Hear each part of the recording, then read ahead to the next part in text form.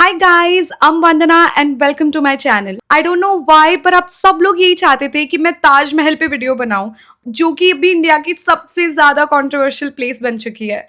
कुछ लोग कह रहे हैं कि ताजमहल है ही नहीं, वो एक कोई शिव मंदिर है।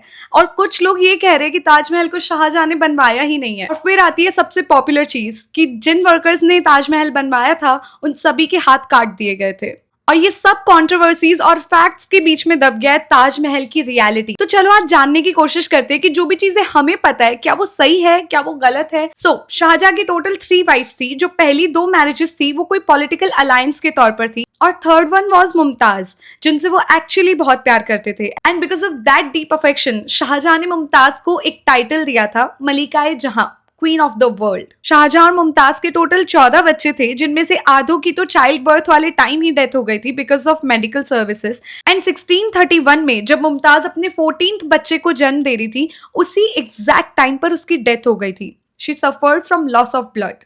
और इस सब के बाद शाहजहां डिप्रेशन में चले गए थे and he isolated himself for 1 whole year। Islamic belief is कि जब इंसान मर जाता है तो उसकी बॉडी मिट्टी में मिल जाती है, लेकिन उसकी सोल अपनी ग्रेव के पास उसे अपनी रेस्टिंग प्लेस मानकर रहती है। और शाहजहां चाहते थे कि मुमताज की रेस्टिंग प्लेस बहुत ही ग्रैंड हो, इसीलिए he wanted to make Taj Mahal for her. दुनिया की अलग अलग जगह से अलग अलग पत्थर मटीरियल आए। 22 साल लगे थे ताजमहल बनाने में और 22,000 वर्कर्स भी लगे थे। Now, coming to the recent controversy about 22 कमरे ऑफ ताजमहल, लोग कह रहे हैं कि उन 22 कमरों में भगवान की मूर्तियां हैं। एंड वी ऑल नो कि ये बात कोई पहली बार नहीं उठी है, पहले भी बहुत बार ये चीजें हो चुकी है, और इसीलिए कोर्ट ने इस केस को डिसमिस कर दिया है। एक एएसआई ऑफिसर ने ये भी बताया था कि ये सिर्फ एक कॉरिडोर है जिसमें 22 अलग अलग दरवाजे बनाए हुए हैं, जो कि एक बहुत ही ज्यादा कॉमन पैटर्न था मुगल मॉन्यूमेंट्स के लिए। ये सभी दरवाजे 1-2 हफ्ते से खोले भी जाते हैं और इन्हें अंदर से क्लीन भी किया जाता है। एक रिटायर्ड एएसआई ऑफिसर ने यह भी बताया है कि इन कमरों में जेन्युइनली कुछ नहीं है, और क्योंकि इन कमरों में कुछ नहीं है,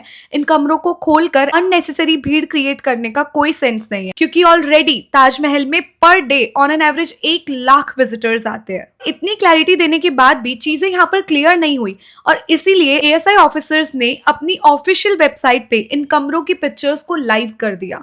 अब जो अगला क्वेश्चन आ रहा है, ये शाहजहां के लिए नहीं, तुम्हारी बचपन की पढ़ाई पर है कि ताजमहल को किसने बनाया है? शाहजहां ने? नहीं, लोग कह रहे हैं कि ताजमहल को शाहजहां ने बनवाया ही नहीं है, राजा जय सिंह ने बनवाया है।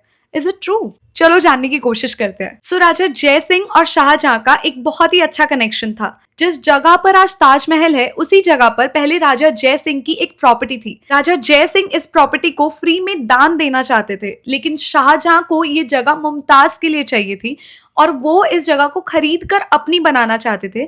इसीलिए उन्होंने इस जगह के बदले में टोटल 4 हवेलियां दी थी राजा जय सिंह को। और इस एग्जैक्ट ट्रांजैक्शन का एक फॉर्मल रिकॉर्ड भी है, जो आज भी जयपुर के सिटी पैलेस के म्यूजियम में अवेलेबल है। तो हाँ, ये सच है कि ताजमहल को शाहजहां ने बनवाया है। Now coming to the most popular part, कि जिन वर्कर्स ने ताजमहल बनवाया था उन सभी के हाथों को काट दिया गया था ताकि वो ताजमहल जितनी सुंदर चीज वापस बना ही ना सके।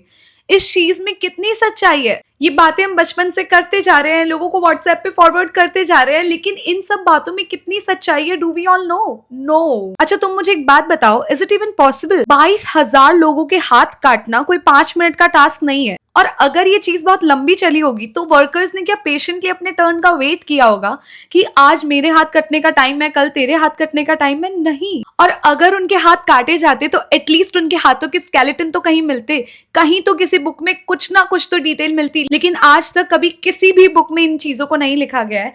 आज तक एक भी हाथ का किसी भी चीज का स्केलेटन वहां पर नहीं मिला है। तो ऑब्वियसली उन वर्कर्स के हाथों को नहीं काटा गया था। और इन वर्कर्स ने ताजमहल बनाने के बाद एक पूरा का पूरा इंपीरियल शहर भी बनाया था, जिसका नाम था शाहजहानाबाद, जिसे आज हम ओल्ड दिल्ली के नाम से जानते हैं।